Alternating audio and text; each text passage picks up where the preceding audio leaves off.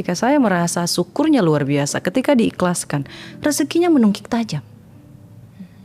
Di sini saya mulai mencari tahu kenapa bahkan di dalam Al-Quran juga disebutkan, semakin hambaku bersyukur maka akan semakin aku tambahkan. Why? But think about it. Jangan pernah pikirkan how.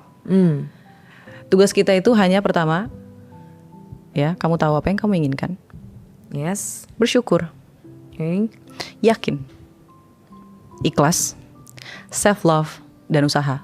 Usahanya terakhir. Sekarang baru ngeh ya sama perkataan Allah Subhanahu wa taala. Bisa jadi apa yang kamu sukai tidak baik bagimu, dan apa yang tidak kamu sukai baik bagimu. Ketika seseorang berekspektasi di dalam kalimat positifnya, maka kalimat positifnya tidak akan terjadi. Ketika seseorang berekspektasi di kalimat negatifnya, maka itu akan terjadi. Karena law of attraction ini bukan bicara soal moral, baik atau buruk, suka atau tidak. Ini tentang frekuensi. Dan frekuensi yang sama akan saling tarik menarik.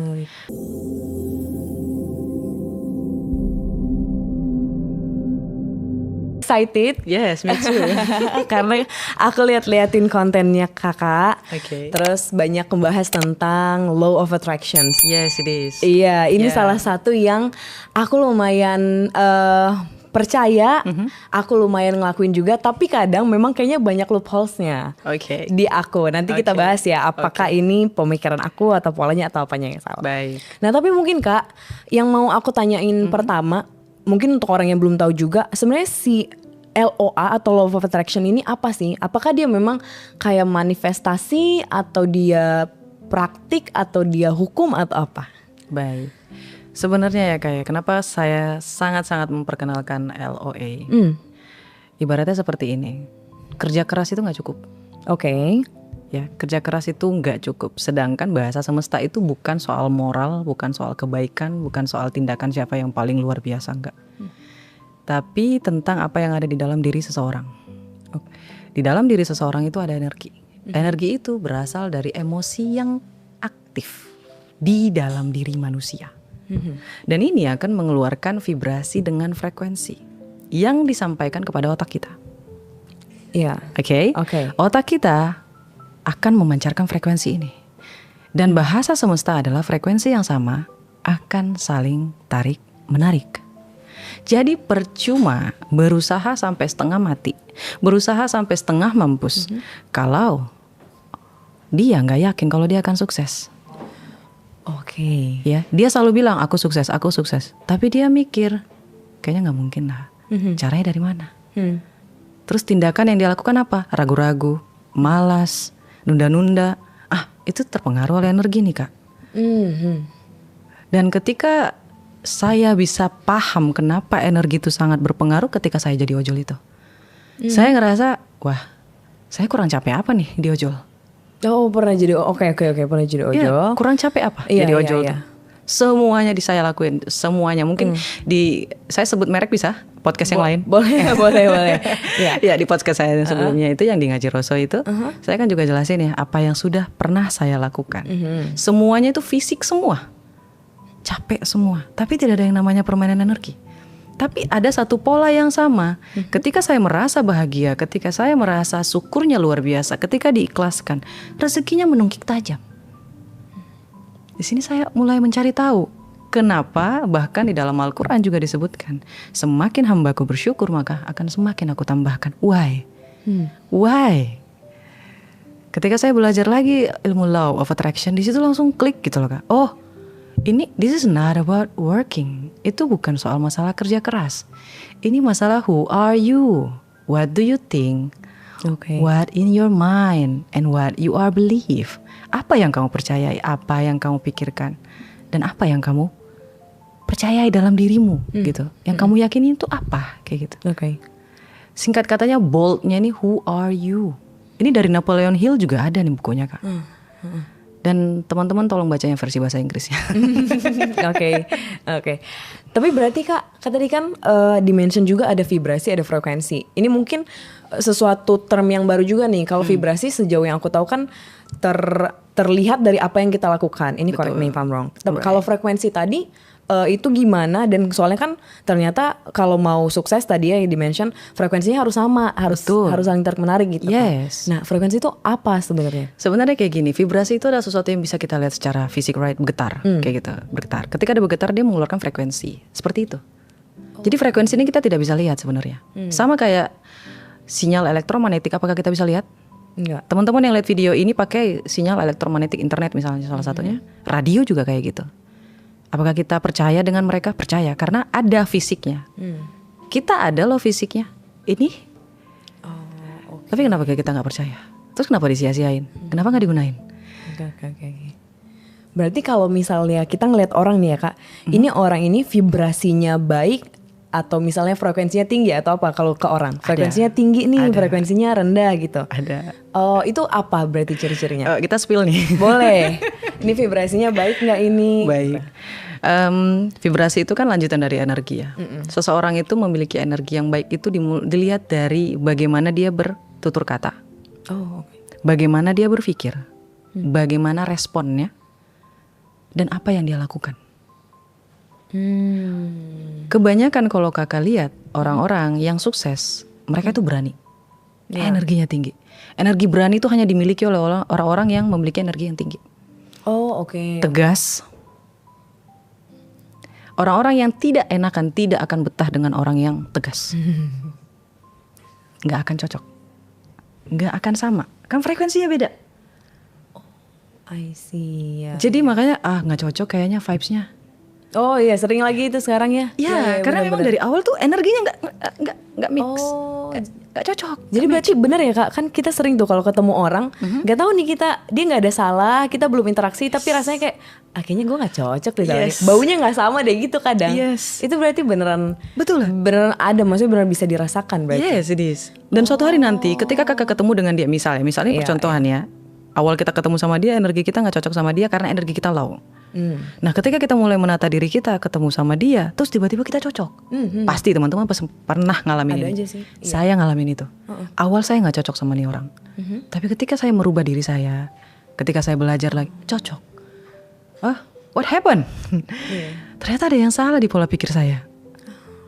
Kayak gitu. Jadi mohon maaf kalau kita tidak cocok dengan seseorang, kita lihat dulu ini yang salah siapa nih? Pola pikirnya kah? Behavior kita kah? Atau bagaimana? Oh benar, ini penting karena kadang kita ngerasa nggak cocok karena udahlah nggak cocok aja. Tapi tadi poin pentingnya adalah mungkin ada yang salah dengan cara pikir kita, ada yang salah dengan behavior kita.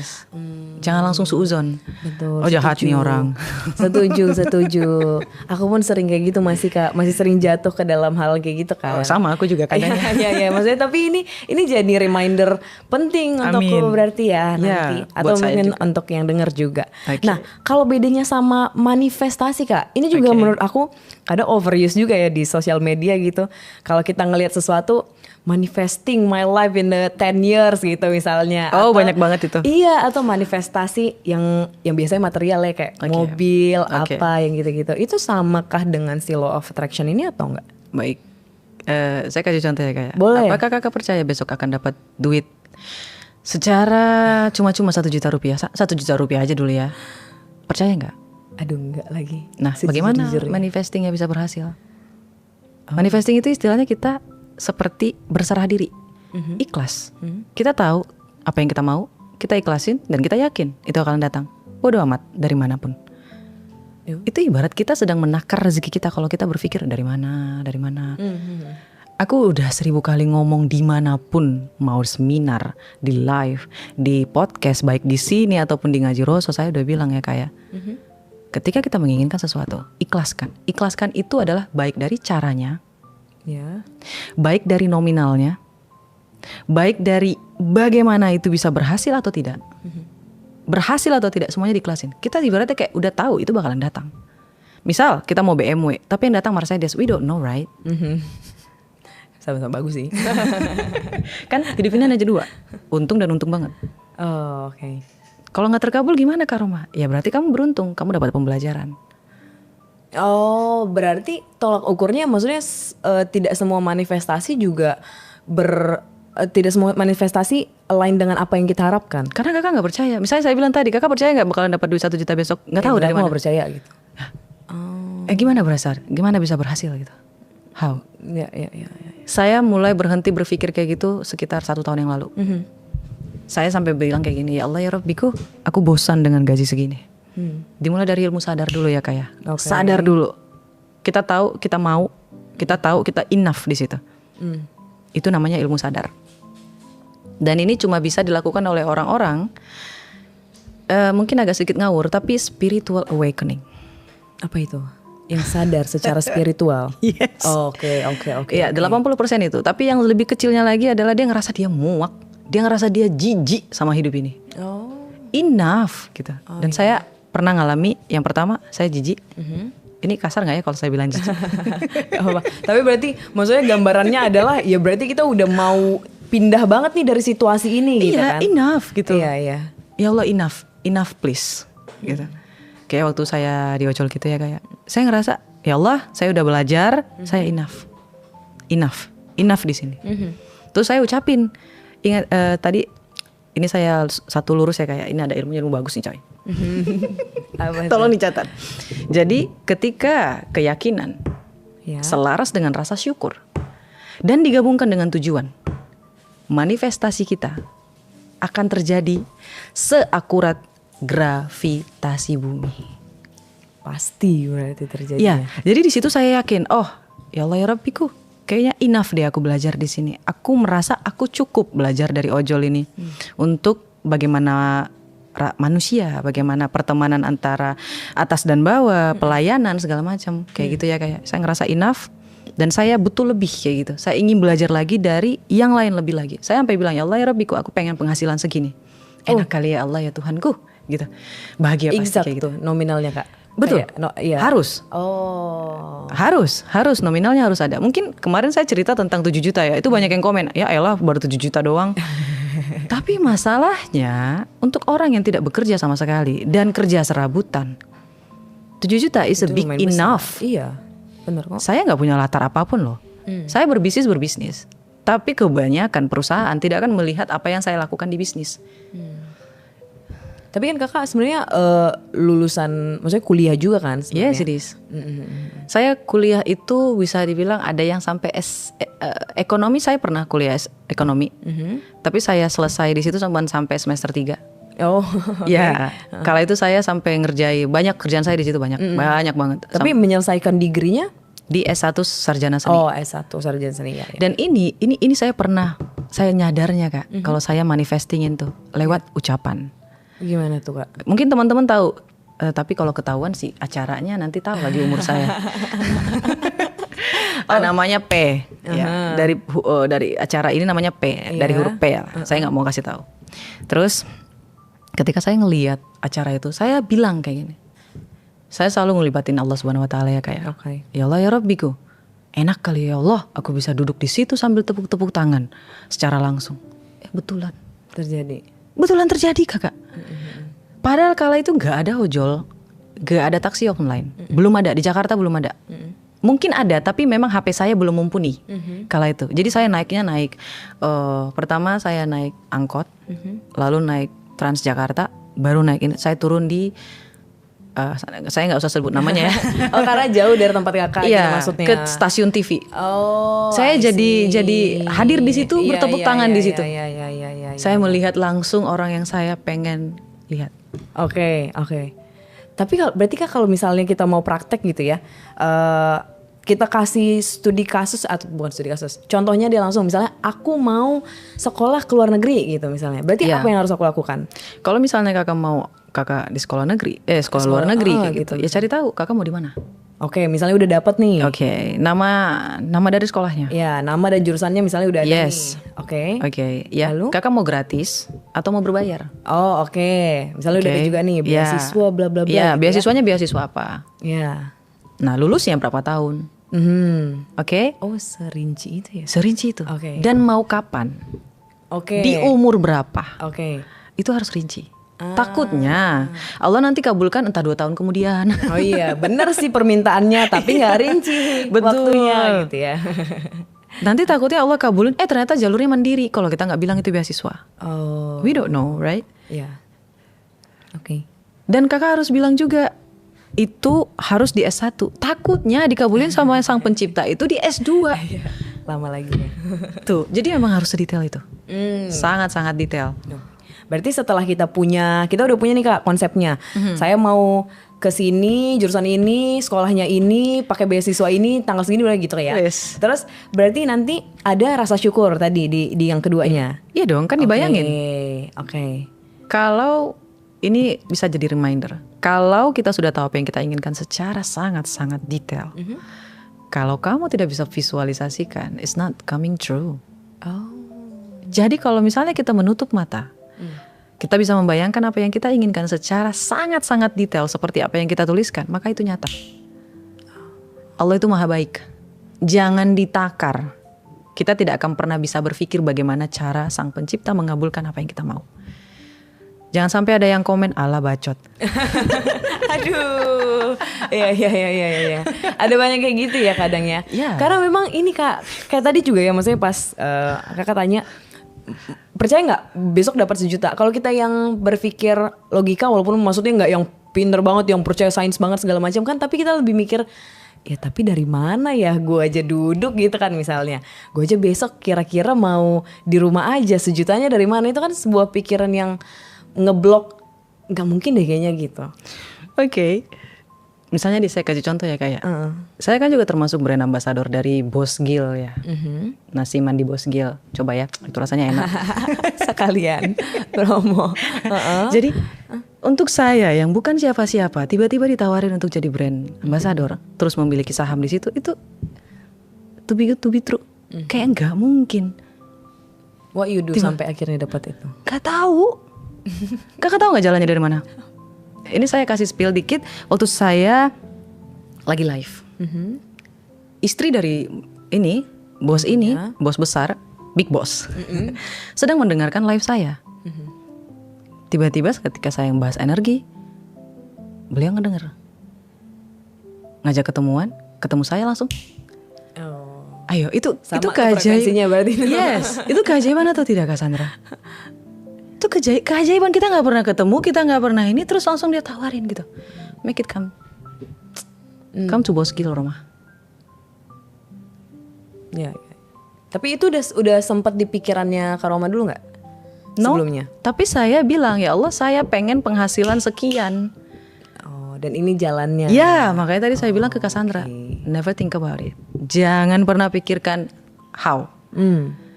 Tugas kita itu hanya pertama, ya, kamu tahu apa yang kamu inginkan. Yes. Bersyukur. Yakin. Ikhlas. Self love dan usaha. Usahanya terakhir. Usahanya justru terakhir ya? Yes. Pasti orang berpikir kok, ya Kak Roma kalau nggak diusahakan gimana bisa berhasil? Bener. Kan ada, tapi di terakhir. Happy dulu. Frekuensinya dulu. Kalau ada yang bilang kerja keras itu semakin dia kerja keras semakin dia kaya, bohong. Jadi apa dong? Kalau misalnya Kakak tahu nggak? Semakin tinggi gaji semakin dikit kerjaannya. Masa sih? Kan gajinya gede, kan bisa bayar orang. Right, tanggung jawabnya yang besar tapi. No. Masa? Kan orang yang bertanggung jawab, tinggal salahin bawahannya. Nggak percaya kan? Ini dong Kak, dimarahin dong dia kalau misalnya CEO terus habis itu misalnya kantornya bangkrut gitu. Apakah misalnya apa? Bawahannya Kak Bangkrut? Pasti kan dia yang kayak, oh iya kan gue yang bertanggung jawab untuk mensupervisi gitu misalnya. Iya. Itu kan dari point of view kita yang dari bawah. Kalau dari atas, we don't know, right? Ini Dari kan atas point of view-nya juta. banyak banget nih. POV-nya kan banyak nih Kak Sandra. Saya berhenti melihat sesuatu dari satu arah. 360 derajat bukan ketika kita melihat sesuatu. Kak Sarah bisa ngelihat depan saya, tapi bisa nggak ngelihat ikat rambut saya di belakang? Nggak bisa. Sama kayak gitu juga. Ketika seseorang bilang, gaji gede, tanggung jawab gede, siapa bilang? Tapi berarti Kakak ngerasa nggak? Aku udah ngerasa soalnya semakin gede, semakin alhamdulillah semakin ringan. Karena kita bisa ngasih rezeki kepada orang lain. Tolongin aku dong di bagian ini, tolongin aku dong di bagian ini, bagian ini. Kayak gitu. Tapi aku nggak ngomongin soal orang yang maruk ya. Kalau ada orang yang maruk, dia semuanya ngerjain. Kayak gitu. Itulah kenapa yang huruf K, O, R, U, F, S, I itu banyak cabangnya. Biar apa? Semakin lebih mudah jalannya.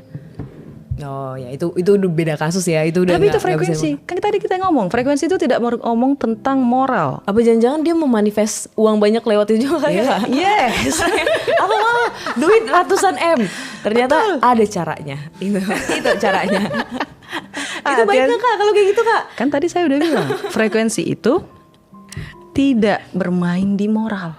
Oh, nggak bermain di moral. Iya, makanya saya nyadar, oh ya Allah ya Rabbiku, pantas Allah bilang, bermainlah sesukamu, lakukanlah sesukamu, tapi ingat ada yang namanya dosa dan pahala.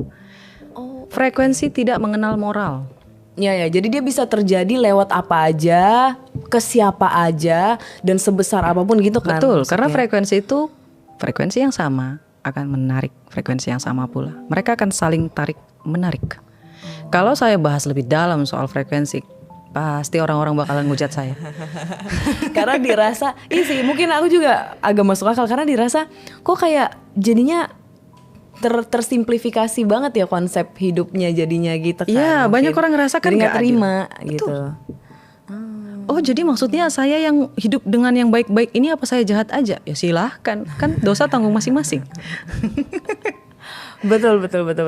Berarti kalau misalnya kita balik ke manifestasi ya Kak. Baik. Berarti cara manifestasinya tadi, maksudnya ada cara tertentu nggak sih Kak sebenarnya untuk kita memanifestasi? Ada dong. Gimana? Aku kasih ini ya, slip dikit. Iya. Pertama kamu bisa nulis. Oke. Tulis sedetail mungkin. Jangan takut, jangan ragu-ragu. Allah itu maha baik.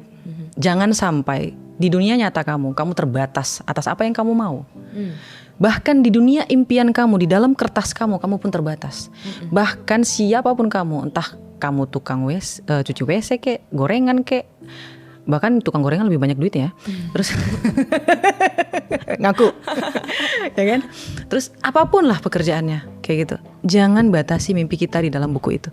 Itulah kenapa saya sangat-sangat mendukung penulisan jurnal itu secara konvensional. Lewat kertas dan pulpen ya. Karena ini mendukung teori dari Napoleon Hill. Apa itu? Yang selaras dengan neuroscience di tahun 2019 ini kan sangat naik booming tuh neuroscience. Jadi Napoleon Hill bilang setiap manusia harus memiliki waktu yang sunyi. Waktu yang sunyi ini selaras dengan law of attraction. Waktu yang sunyi itu apa sebenarnya Kak Roma? Ada 3. Ya, catat. Ilmu mahal ini catat. Oke. Yang pertama adalah bangun tidur. Pagi. Yes. Yang kedua adalah ketika kamu tidur. Mau tidur. Jangan pikirin mantan kamu ketika mau tidur ya. Nanti gak bisa lepas. Yang ketiga, ketika kamu sendirian. Oke. Ini yang harus kita punya ya berarti ya. Yes. Waktu-waktu sunyi tadi itu. Yes. Itu buat apa Kak kalau kita punya waktu sunyi? Membuka kecerdasan manusia. Setiap manusia itu dilahirkan sempurna. Yang membuat manusia itu sempurnanya ini kita nggak ngomongin kecacatan ya. Kecacatan itu bukan yang fisik gitu ya. Bukan, itu hadiah dari Allah Subhanahu wa taala. Ya, itu hadiah. Itu kalau menurut aku. Kayak gitu. Jadi aku tidak mau menyinggung ke arah situ, takutnya terlalu ini. Terus sampai di mana tadi malah? Tuh kan, prank. Konsentrasi saya tuh gampang pecah. Sampai di mana tadi coba? Ini ya kok beneran lupa ya? Waktu sunyi benar. Ya, Kenapa waktu sunyi Kak? Okay. Ya ampun, untung ada orang lain ya. Iya betul. Ini tuh membuka kecerdasan. Iya, kecerdasan apa? Believe it or not. Kecerdasan ini tadi yang saya sampaikan. Saya sampai jual tuh bukunya Peta Pikiran. Awalnya saya ngira saya ini goblok ya kayak beneran. Saya ngerasa saya banget gitu. Kayak kenapa? Karena nggak cepat berpikir atau karena teman-teman saya udah berhasil semua. Gagal terus. Iya. Saya baca komen tuh, ada tuh komen yang nyelekit banget. Ya elah, jadi maksud kamu ojol itu momen terendah bagi saya. Bukan bagi hidup orang lain, bagi saya. Bayangin aja teman-teman saya tuh pertama udah punya SPBU. Waduh, kaya tuh. Aduh. Saya ngisi bensin di situ sebagai ojol. Iya. Jomplang ya. Banget. Iya. Terus dia udah jadi diplomat. Oh, bagus. Di luar negeri lagi, bukan di Indonesia ya Kak ya. Di luar negeri. Keren gak tuh? Iya. Dan mohon maaf karena memang yang tidak sefrekuensi, akhirnya kita terpisah. Padahal itu sahabat saya semua. Awalnya saya denial gitu. Awalnya saya marah sama mereka nih. Kenapa ya kok gitu banget gitu. Tapi semakin saya pelajari energi, oh pantes. Mereka mau ngomongin kerjaan, saya nggak nyambung. Mereka mau ngomongin pendapatan, saya nggak nyambung, apalagi itu. Mau ngomongin tentang ini itu nggak nyambung lagi. Jadi buat apa berteman kalau nggak bisa berkomunikasi? Iya. Segala sesuatu hubungan itu kan titiknya adalah komunikasi. Sekarang saya udah nggak marah lagi sama mereka. Ayo balik sama saya temenan. Oh, berarti waktu sunyi yang tadi kakak mention itu kakak pakai untuk merenungi. Ya, apa yang kurang Apa yang dari kurang aku? nih? Oke, Iya, oke, masa sih Allah semaha baik itu tapi tidak meninggalkan apapun dalam diriku. Aku buka lagi gitu loh Kak. Iya. Dan dari aku sampai buat buku peta pikiran di dalamnya itu sampai aku buat rumus. Kamu bisa beli di link di bio aku tuh ya. Ini bukan promo, bukan. Kamu beli syukur, kamu nggak beli juga nggak masalah. Nggak, saya nggak rugi. Semakin banyak orang yang berhasil, bagus. Kalau nggak berhasil juga nggak apa-apa. Dunia ini perlu seimbang. Ada pengikut, ada yang pemimpin, Yes. oke? Jadi yang buat yang mau aja bertumbuh. Di situ tuh ada rumusnya. Gimana cara kita menemukan kejeniusan kita? Cuman aku bakalan kasih clue-nya ya kayak. Sekali lagi aku ulangi. Di sini lagi, nggak tahu di podcast yang lain saya ulangi lagi sampai ada yang ngerti dan ngeh. Kejeniusan manusia itu yang tidak melawan arus ya kayak. Yang ikutin arus dulu. Oke. Ciri-cirinya itu satu. Kita melakukan hal tersebut sangat mudah. Bahkan saking mudahnya, ya kita ngerasa itu bukan kelebihan. Satu. Kedua, ketika kita melakukan karena saking mudahnya, tapi hasil yang dihasilkan dari yang kita lakukan itu selalu luar biasa. Ketika kita melakukan hal tersebut, hasilnya jauh lebih hebat daripada apa yang terlalu kita usahakan. Misal, saya punya teman nih, saya kasih contoh. Teman saya ini sangat jago masak. Dia pintar banget masak. Semua dia lakuin sekali lihat langsung bisa masak. Apapun kecuali cake. Itu nggak bisa, itu pakai matematika soalnya. Semuanya dia lakuin, semuanya bisa, semuanya masak. Dimasak semuanya enak. Saking terbiasanya dia ngerasa itu bukan bakat. Dia mencari hal lain. Nah itu di bagian masak. Ada satu orang yang pintar banget mix and match pakaian. Tapi berarti kakak menganggap yang pinter masak itu berarti salah satu orangnya jenius. Itu kejeniusan kakak. Oh, itu salah satu bentuk kejeniusan tadi ya berarti ya. Tanpa effort apapun. Iya, tapi Dia cuma bisa. sekali lihat, oh masaknya kayak gitu. Bisa persis sama, Oh, one to one. Dia cuma ngelihat bentar, oh. Iya. Tapi karena terlalu luar biasa, terlalu sering bagus hasilnya, terlalu sering dia ngerasa itu hal biasa, itu bukan kelebihan. Orang selalu melewatkan itu. Dan mereka selalu melakukan lawan arus. Belum siapa-siapa, belum tahu riak kayak gimana, belum punya kekuatan, belum punya nama, udah ngelawan arus, mati tenggelam. Melawan arus itu apa berarti? Salah satu contohnya adalah kalau kejeniusan kita berlawanan dengan passion kita. Sekarang baru ngeh ya sama perkataan Allah Subhanahu wa taala. Bisa jadi apa yang kamu sukai tidak baik bagimu, dan apa yang tidak kamu sukai baik bagimu. Make sense ya? Okay. Kalau kakak tanya, saya suka nggak ngomong? Enggak, saya nggak suka ngomong. Tapi masalahnya kejeniusan saya ada di situ. Oh. Saya suka nggak sosialisasi? Enggak, saya nggak suka. Tapi masalahnya kejeniusan saya ada di situ. Oke. Berarti konsepnya adalah kalau kita mengetahui kejeniusan atau hal yang kita mahir, ya dari situ juga nanti pintu rezekinya mungkin. Double kak. Oh. Tanpa effort. Kalau mau hidup mudah dan gampang, easy going, ikuti arus dulu. Kamu udah tahu nih permainan arusnya, ya? Caranya gimana tuh? Lawan arus, ikuti passionnya. Lakukan apa yang kita mampu dulu. Setelah kita kuat, kita sudah powerful, baru langkah. Oh, gitu caranya. Ya, Oke. oke. Berarti aku lagi menyimpan banyak tips-tipsnya tadi. Tapi sebenarnya Kak, aku mikir juga ya. Mungkin kenapa orang bingung juga, karena kayak gini nih, kan kita selalu memberatkan kepada titik pikiran kita gitu kan. Baik. Kayak yaudah kita berpikir, pokoknya pikirannya positif, nanti pikiran ini yang akan membawa energi dan bisa berhasil apa yang kita manifestasikan. Tapi kadang orang mikir, berarti kalau cuma mikir-mikir doang, actionsnya nggak ada. Dan apalagi ini kan kadang tuh saking kita udah mikir dan kita udah mikir kita dapat, motivasinya justru turun tau Kak. Oh itu. Iya, karena itu kan justru kayak ya udahlah, udah dapat, aku kayaknya nggak perlu terlalu belajar deh untuk bisa misalnya sekolah ke luar negeri tadi gitu. No. Itu Harusnya artinya gimana? berarti tindakannya nggak selaras dong. Harusnya ketika kita sudah tahu kita bakalan ke sana, kakak ngelakuin apa dong? Harus siap-siap dong. Iya. Pertama siapin paspor. Kedua belajar tentang jurusan yang mau kita lakukan, right? Iya, iya. Kita cari tahu tempat di mana kita mau tinggal, apa yang harus kita lakukan, bagaimana tujuan di sana, pembelajaran apa yang harus kita pelajari. Oke. Usaha kita itu menyiapkan. Kita bersiap, bukan menunggu. Kebanyakan orang itu menunggu, bukan bersiap. Ini yang saya lakukan adalah bersiap, bukan menunggu. Kayak gitu loh Kak. Yeah. Kayak saya kemana-mana nih bawa tulisan, bawa catatan, bawa jurnal. Saya bersiap suatu hari nanti ketika saya dipanggil podcast, aku punya sesuatu yang pengen aku bagi sama teman-teman. Oke. Saya nggak tahu loh akan diundang di mana-mana podcast kayak gitu. Iya. Saya nggak pernah berpikir kayak gitu. Cuman kalau ditanya akankah kakak diundang? Yes, I am. Apa yang aku lakukan? Bersiap. Bersiapnya dengan bagaimana Kak Roma? Me time. Waktu yang sunyi. Berarti kalau bisa aku simpulin kan si law of attraction tadi selain pikiran kita, berarti dia harus memenuhi 5 yang tadi kakak sebutkan, termasuk bersyukur dan termasuk walaupun di terakhir nih usaha tetap harus jalan gitu yes, kan. Yes, it is.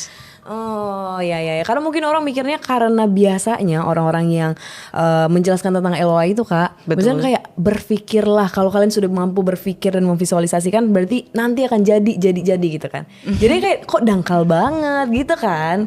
Padahal ada satu yang penting, ini actions itu harus tetap jalan. Yes, tapi kebanyakan manusia pasti bilangnya kayak gini, oh tetap kan harus diusahain.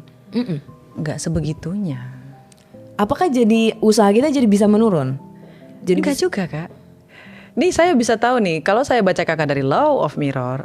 Oh ya, ini tadi kita saya bisa tahu nih, kakaknya pasti orang yang mandiri, right? Aduh, sangat luar biasa mandiri. Everything you do by yourself, right? Ya, kepaksa sih. Betul ya? Kalau ada ya. Dan pola pikir ini membuat Cassandra merasa apapun yang kita inginkan harus kita usahakan. But it's not. You want it, you got it. Yang penting kakak tahu apa yang kakak mau. Tahu, ya. Lakukan aja persiapannya. Usahanya di situ. Ibaratnya kalau kita mau dipanggil jadi seorang pemimpin, ya kita siapin apa? Mentalnya, ilmunya, cara-caranya, how to be the leader. Kayak gitu. Kalau nggak jadi gimana? Dapat ilmunya kan? Untung kan kita udah belajar. Mungkin nggak di tahun ini, mungkin di tahun depan kayak lagu yang itu. Ya ini juga penting nih Kak, karena kan kadang orang kalau misalnya gagal nih manifestasinya atau LOA-nya gitu ya, terus kan orang mikir tuh kan nggak benar, tapi ternyata ada satu hal menarik loh, karena tadi Kakak mention juga loh, at least kita belajar. Betul. Dari yang kan kita untung. usahakan. Itu bukan gagal Cassandra, it's just the matter of time. Iya, belum aja ya. Belum. Dan dia berekspektasi gini loh kayak Cassandra, kebanyakan orang yang menunggu law of attraction-nya terjadi, manifestingnya terjadi, itu adalah orang-orang yang gak ikhlas. Oh justru jangan ditunggu berarti? Iya dong. Ibarat kayak gini, kita sudah mengusahakan semuanya dari A sampai Z. Terus tiba-tiba kita ngomong, lu kasih kagak? Gue udah usaha nih. Kayak gitu loh. Tapi kalau orang yang ikhlas bilang, aku usahakan A sampai Z, aku serahkan padamu. Kalau kamu ingin memberikan apa yang aku inginkan, alhamdulillah. Kalau kamu tidak memberikan apa yang aku inginkan, tolong berikan aku yang lebih. Berbeda ya? Iya. Seharusnya manifesting kayak gitu. Oke. Bukan semerta-merta mengancam, kasih nggak lu? Gue udah usaha nih, kasih nggak lu? Iya. Iya. Misalnya nih, saya manifesting. Salah satu yang udah berhasil itu ibaratnya awal-awal yang berhasil adalah laptop. Karena saya pengen banget laptop. Saya hobi banget nulis. Saya sangat-sangat suka menulis. Jadi saya berpikir, ya Allah ya Rabbi, aku pengen nulis buku. Judulnya I Am the King.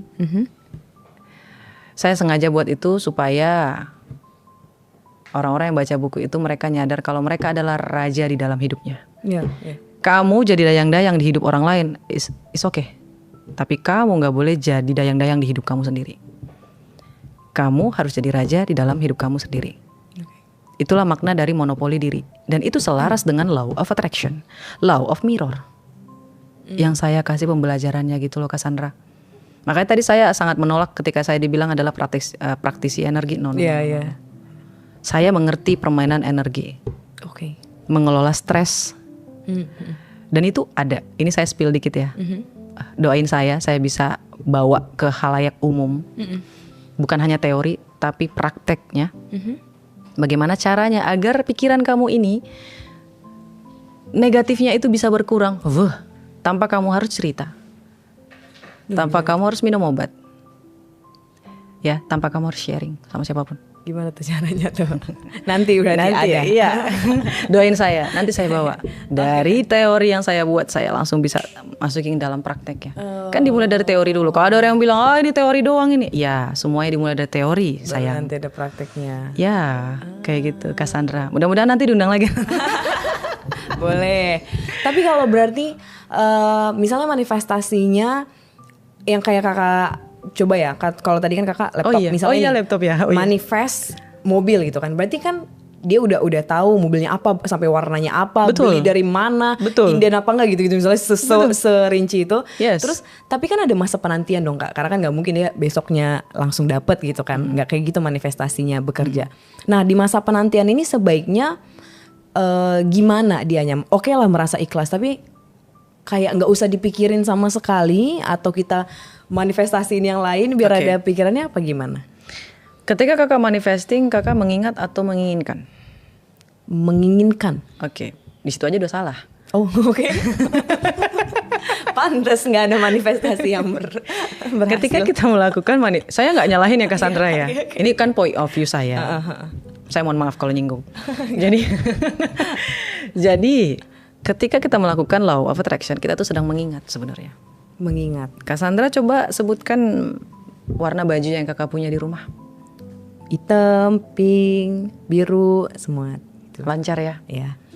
Coba saya sebutkan lagi. Kakak punya Rolex nggak di rumah? Enggak, belum. Jawabnya cepat ya. Iya. Tapi ketika saya bilang kakak punya Rolex di rumah, belum. Jawabannya itu lagi kan? Dan itu berpikir, maksudnya apa nih? Kalau aku jawab iya, aku nggak punya. Kalau aku bilang enggak, kelihatan miskinnya.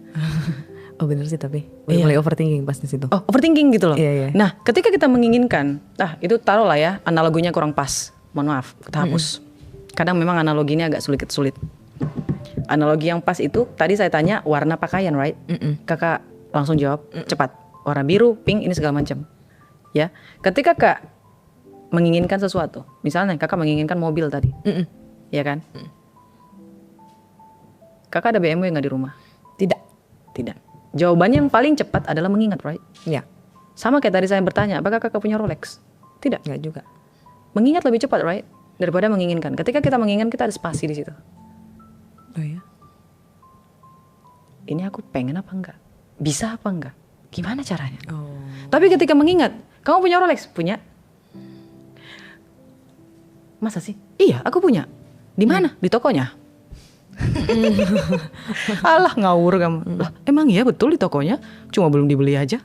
Dari mana uang kamu? Gak tahu. Gak tahu.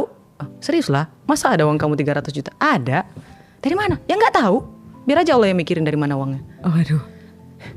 Kalau misalnya kakak sudah bermain energi, kakak akan masuk ke omongan yang saya omongin ini. Karena ketika kakak nanya, Kak Roma, kakak kok bisa sampai sini? Gak tahu saya gak tahu. Yang saya lakuin pertama cuman bersyukur, ikhlas, yakin, self love, bahagia dan usaha. Yakinnya itu masuk ke dalam self love. Cintai diri kita sendiri. Karena ketika kita mencintai diri kita sendiri, kita nggak pusing mikirin orang lain, nggak pusing mikirin validasi. Katanya dia bersyukur, tapi dia menggerutu. Ya.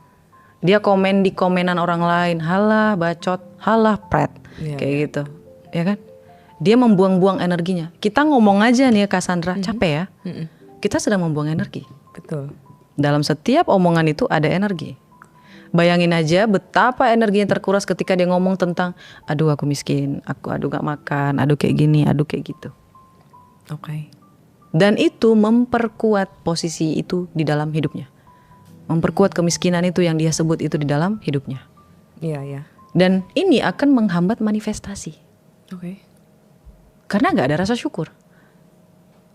Tapi kalau tiap hari yang dia lakukan, ketika dia makan, ya Allah ya Rabbi enak banget, mantap, makan gitu. Ketika jalan, ya Allah capek juga, ya Allah enak kali punya mobil. Alhamdulillah tapi ya Allah udah bisa jalan, masih bisa jalan, kayak gitu. Berarti lebih memikirkan kebahagiaan. Iya, yang baik-baiknya aja, supaya maksudnya pikirnya baik, nanti pun hasilnya baik gitu kan sebenarnya. Iya, ini tentang merekayasa Kak. Merekayasa okay, mentalnya tetap dalam keadaan baik-baik saja. Tapi kan itu pura-pura Kak Roma, banyak loh yang ngomong kayak gitu Kak Sandra. Kan ada orang yang sedih gitu loh Kak Roma. Iya. Emang nggak boleh Kak Roma? Boleh, tapi keep silent. Oh ya? Yes. Jadi kalau kita sedih nggak usah nangis aja di kamar. Oh, nangis di kamar. Mau orang juga di kamar. Maaf, mau ngata-ngatain orang juga di kamar aja sendirian. Kayak gitu. Jadi nggak usah orang tahu kita. Nggak usah. Itu rahasia. Semakin kamu menguar kesedihan, menguar kemiskinan, menguar kekurangan, menguar semua apapun yang masalah, trauma, apapun, semakin dia kuat di dalam diri kamu. Semakin dia masuk ke alam bawah sadar kamu. Semakin dia masuk ke dalam identitas lama dan mempengaruhi nervous system kamu. Sehingga kamu menghasilkan frekuensi yang negatif, yang selaras dengan nervous system kamu. Oke. Ini ilmunya nyambung lagi ke law of mirror. Ya. Kalau ada orang nanya Kak, ini kemarin aku ngumpulin pertanyaan-pertanyaan sebenarnya tentang LOA ini. Terus pertanyaan pertamanya itu ternyata yang banyak ditanya adalah, nah kan tadi ngomongin LOA berarti ngomongin tentang perkataan yang baik-baik. Perkataan misalnya kita punya rencana yang baik-baik itu jangan takut gitu kan. Betul. Nah tapi kata orang bahkan kalau kita punya rencana seharusnya kita keep to ourselves dulu. Karena takutnya kalau kita udah menggembar-gemborkan rencana baik kita ini, takutnya mengundang energi buruk lah, atau kayak Ain mungkin namanya ya, correct me if I'm wrong ya. Oke. Ain mungkin, atau mungkin keirian orang gitu-gitu yang justru membawa energi buruk itu. Menurut kakak gimana? Kayaknya ini ada salah komunikasi deh. Gimana? Ketika salah pemahaman kayaknya kalau menurut saya. Oke, apa tuh yang salah di situ? Berbeda omongan baik dengan rencana baik. Rencana keep it by yourself. Kalau rencana kamu just keep it by yourself. Kamu mau ngapain? Mau jungkir balik? Mau gimana? Mau melangkah 1-2 per seperempat langkah kamu ya simpan. Rahasia. Tapi kalau omongan yang baik itu yang kayak misalnya nih kita naik motor. Ya Allah enak banget anginnya semiliwir. Sampai terbang kayak gitu helmnya. Ada orang helmnya terbang dia marah. Ada orang yang helmnya terbang dia ketawa malah di videoin terus dia viral. Tahu kan Kak helm Gojek yang kayak gitu. Ada orang loh yang marah energinya nggak baik tuh. Energinya low dia buang. Kesel gitu ya. Kesel dia ya. Ada orang yang memanfaatkan situ. Oh lucu nih. Ini berbeda. Dah sama. Perkataan dan rencana baik itu dua hal yang berbeda. Kalau perkataan baik misalnya nih, alhamdulillah ya hari ini cuacanya bagus, masya Allah.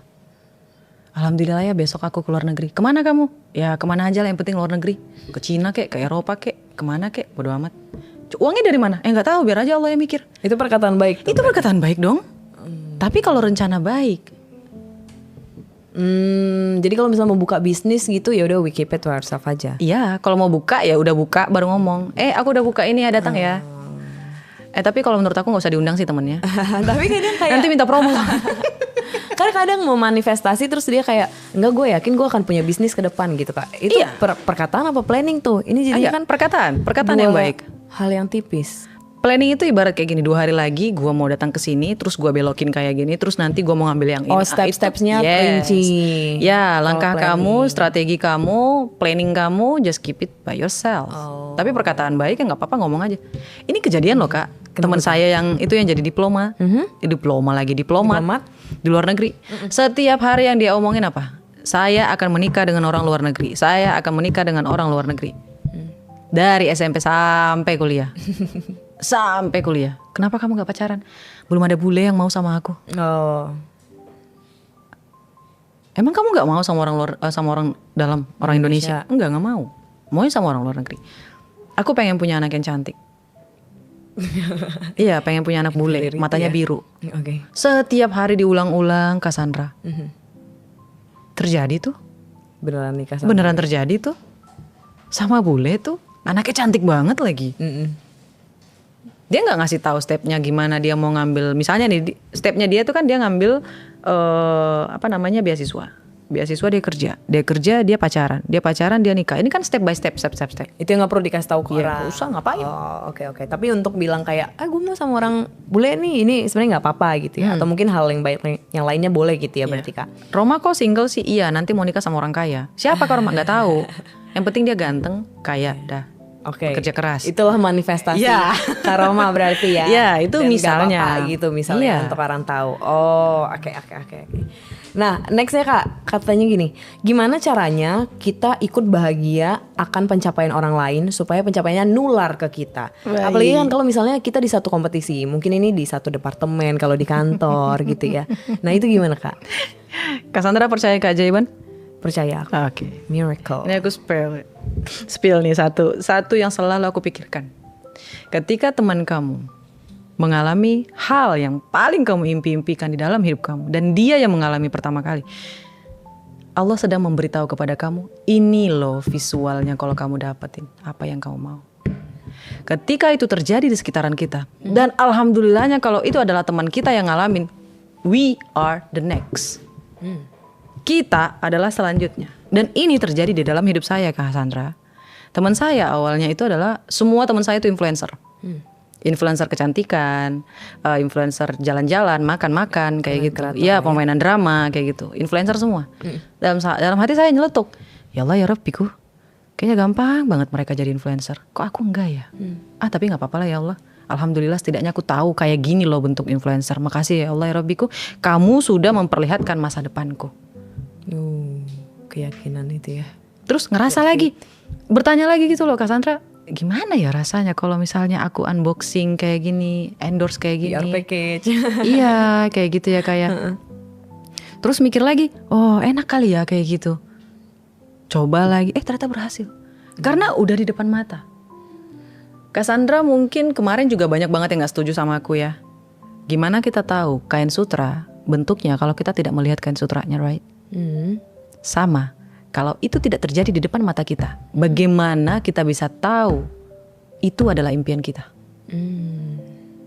Jadi what the point of jealous? Ya, justru harusnya bersyukur ya. Harus. Karena jadi lebih dekat gitu. Yes. Yang gambaran. Betul. Yang kita mau. Saya nggak akan tahu gimana jadi influencer kalau teman saya nggak influencer. Emang saya tahu kalau mereka dibayar berapa, dapat endorse-nya apa, kayak gitu. Kita kan nggak akan tahu, Cassandra.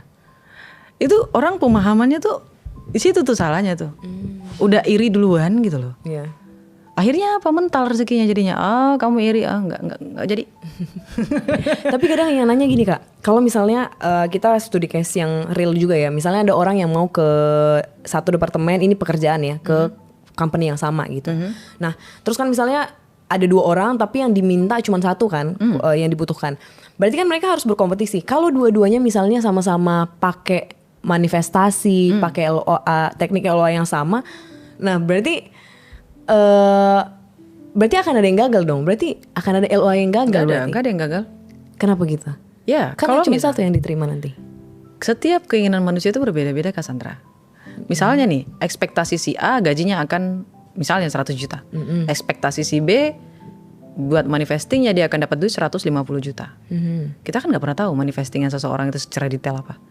Bisa jadi yang gagal ada yang si 150 juta. Dia pengennya 150 juta. Akhirnya Allah kasih dia dari pekerjaan lain yang sesuai dengan apa yang dia ingin. Jadi jangan stres. Hidup itu cuma 2. Untung dan untung banget. Amin. Terlihat dia kalah ya, yang si 100. Iya benar kan? Kalah ya si B ini. Dia pengennya 150 juta. Yang si ini 100 juta. Nah, budgetnya perusahaan yang ini 100 juta. Yang diambil siapa? Si A. Iya. Si B dilempar. Nah, karena keinginan dia manifestingnya 150 juta. Sang pencipta akan mencari di mana ini orang posisinya bagus buat bisa menghasilkan 150 juta. Dia kalah apa enggak? Tuh kan? Semuanya hanya berbeda persepsi. Karena kita nggak tahu dia manifestasinya apa sebenarnya secara rinci itu ya sebenarnya ya. Karena manusia juga terkadang Cassandra, mereka nggak tahu apa yang mereka inginkan. Banyak yang kayak gitu sih. Ada orang yang tahu apa yang mereka inginkan, tapi mereka nggak tahu apa yang mereka butuhkan. Ini agak lain ini. Manusia ini memang agak lain. Oke. Kalau ini Kak, kadang orang juga ya katanya kalau misalnya membutuhkan sesuatu atau pingin sesuatu, ini nggak tahu salah pemahaman apa enggak juga. Kadang ada seseorang yang harus memikirkan kebalikannya. Misalnya aku pengen lulus PTN gitu ya, lulus PTN. Aku akan membayangkan, enggak sih, gue kayaknya nggak lulus deh. Kayaknya ujian tadi enggak terus. Tapi ternyata jadi masuk gitu. Nah itu sebenarnya aku attract apa sih gitu sih dia nulisnya di sini? Ekspektasi. Dia manage ekspektasinya? Bukan. Ketika dia berpikir, tadi kakak Sandra bilang, kok ada orang yang berpikir sebaliknya malah terjadi. Ketika dia memikirkan yang sebaliknya, dia tidak berekspektasi. Tapi ketika dia memikirkan yang positifnya, dia memiliki ekspektasi. Musuh terbesar dalam law of attraction adalah ekspektasi. Jadi di mana kita meletakkan ekspektasi kita? Itulah dari awal aku udah ingatkan untuk ikhlaskan. Misal, dari perkataan negatif aja, itu bisa berbeda ya Kak. Misalnya Kak Sandra keluar rumah nih, terus hujan. Hujan lagi gitu. Ada orang ngomong kayak gitu. Tapi ada orang yang berpikiran positif. Oh ya Allah hujan. Alhamdulillah setidaknya hari ini dingin gak panas ketika aku keluar. Tinggal mesen Grab car. Iya. Kayak gitu. Ada yang kayak gitu. Kenapa ini penting Kak Roma yang namanya respon? Iya, karena kan ada orang yang bilang gimana caranya agar energinya tetap terjaga. Whatever happen, apapun yang terjadi, responnya harus positif. Wah, gak jadi toxic positivity itu ntar. No. Kalau kita boleh marah, ya Allah hujan, tapi gak apa-apa lah. Kan jadi adem. Ya Allah panas banget, tapi gak apa-apa sih. Daripada hujan, nanti daripada aku jorok pakaiannya. Tuh, jadi perkataannya itu negatif tapi ditangkis lagi. Nah, balik lagi ke yang tadi ekspektasi. Ketika seseorang berekspektasi di dalam kalimat positifnya, maka kalimat positifnya tidak akan terjadi. Ketika seseorang berekspektasi di kalimat negatifnya, maka itu akan terjadi. Karena law of attraction ini bukan bicara soal moral baik atau buruk, suka atau tidak. Ini tentang frekuensi. Dan frekuensi yang sama akan saling tarik menarik. Dan musuh terbesar dari frekuensi itu adalah ekspektasi. Karena akan gak nyambung frekuensinya dengan ekspektasinya gitu loh Kak. Dia frekuensi yang dia keluarkan dari tubuhnya itu low. Ekspektasinya dia tuh yang high. Apa yang terjadi? Gak nyambung itu tadi. Yang low dong. Kan ini bukan bicara soal apa yang dia inginkan, tapi bicara soal apa yang dia keluarkan dari dirinya. Makanya sedari awal kita harus merekayasa mental kita. Oh itulah kenapa. Iya. Justru saya agak sedikit curiga sama orang yang bilang toxic positivity. Kenapa tuh? Yes, kalau bisa positif kenapa harus negatif? Kalau bisa disambungkan keduanya kenapa harus ditinggalin?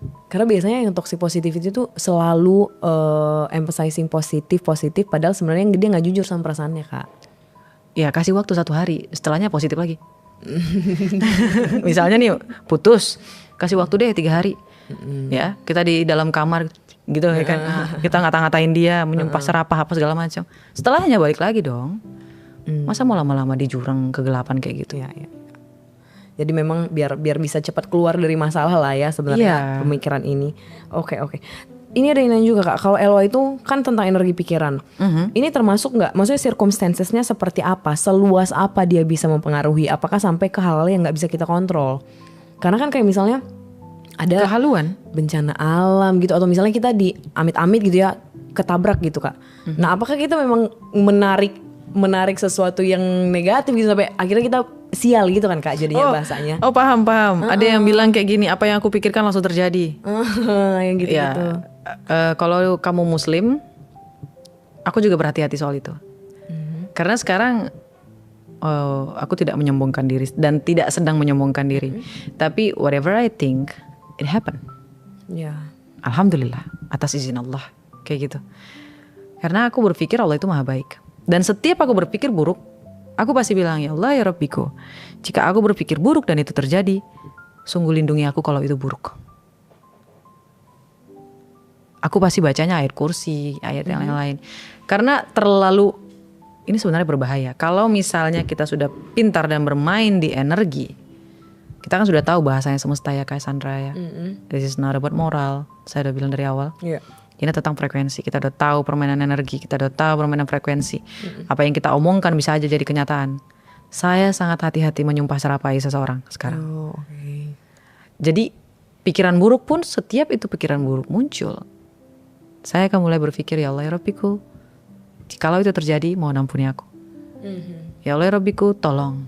Kalau itu buruk, tolong jangan kabulkan.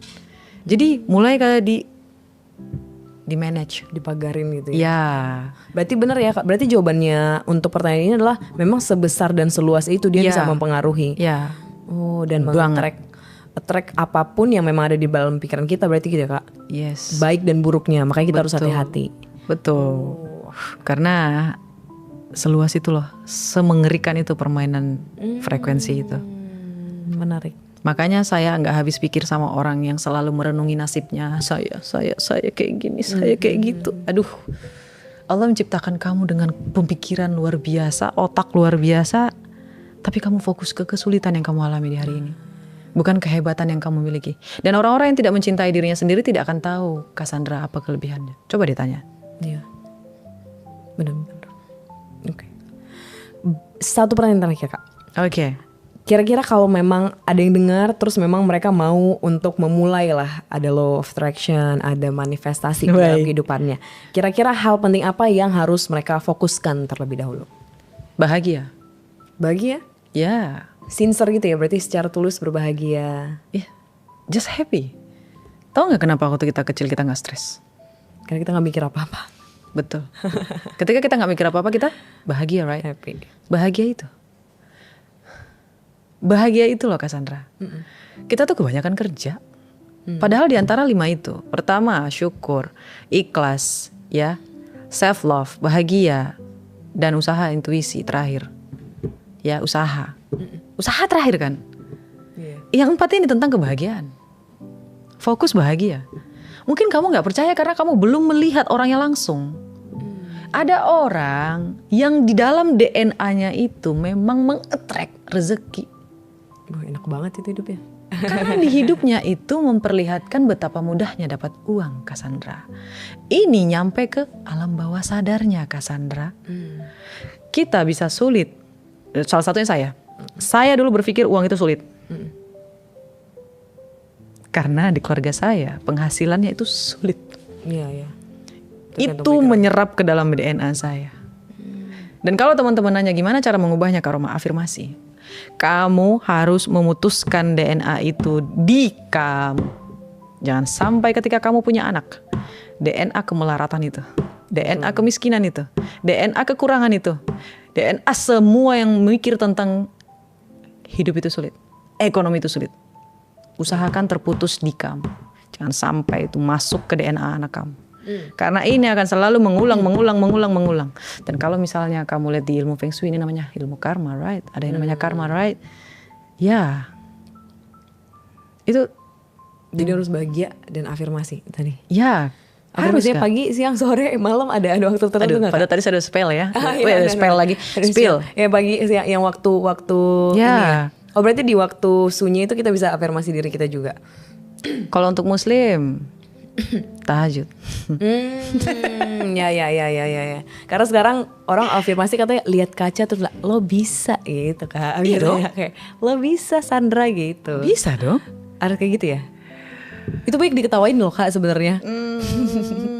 Tapi sebenarnya untuk orang-orang yang percaya terhadap kayak gini dan memang afirmasi itu punya kekuatan untuk diri dia, untuk confidence dia, sebenarnya bagus aja ya. Cuman kayaknya dimain-mainin gitu sama orang, dipelintir-pelintir sama orang di sosial media, jadinya kayak dikit-dikit afirmasi gitu. Gimana tuh? Afirmasi ya. Afirmasi ini dalam banget loh, hati-hati.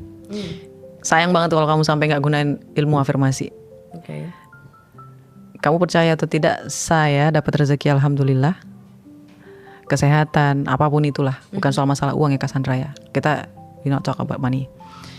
Apapun itu dari afirmasi. Apa yang kakak lakukan di afirmasi itu? Berkata yang baik. Saya selalu bilang, ya Allah enak kali ya kalau saya diundang podcast. Ya Allah enak kali ya kalau saya bisa makan di restoran mewah yang itu. Bahkan ya Cassandra, ketika saya naik motor nih, saya masih hobi naik motor. Karena naik motor itu bikin saya tuh bisa, kalau bukan diboncengin sih, disupirin tuh ya enak sih. Tapi nggak bisa buka kaca, nggak bisa dipegang anginnya, kayak gitu ya. Itu hanya untuk kerja aja kalau disupirin kayak gitu. Tapi kalau untuk keseharian, pengen jalan-jalan, saya lebih suka naik motor. Ketika anginnya, ketika ngelihat gedung tinggi, kala itu. Yang saya pikirin itu bukan minder, tapi berpikir, afirmasi. Bahkan dimanapun kamu, ketika kamu di TJ, ketika lagi pulang, ketika lagi jalan, ketika ngapain, ketika kamu ngelihat hal yang paling kamu inginin, bahkan ketika ada mobil impian kamu lewat, gila, ya Allah, makasih udah memperlihatkan mobil ke masa depanku. Itu afirmasi loh Kak Sandra. Ketika kita ngeliat gedung yang tinggi, ya Allah ya Robbiku, gimana ya rasanya kalau aku jadi pemilik gedung ini. Wow, itu kan afirmasi Kak Sandra. Ketika kita ngeliat ada ini, ada apartemen mewah, tinggal di apartemen mewah. Misalnya nih apartemen Da Vinci ya kan mewah banget.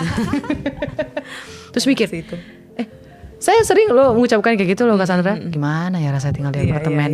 How is that feel? Apartemennya yang bukan yang itu, ya yang kondo lah misalnya kayak gitu. Penthouse mungkin. Ya, mana ya Allah ya Robbi, enak kali ya. Itu afirmasi. Kan kebanyakan orang memaksakan gitu loh Kak Sandra.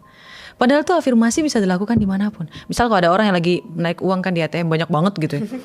Ya Allah enak banget kali ya uang aku kayak gitu. Banyak banget.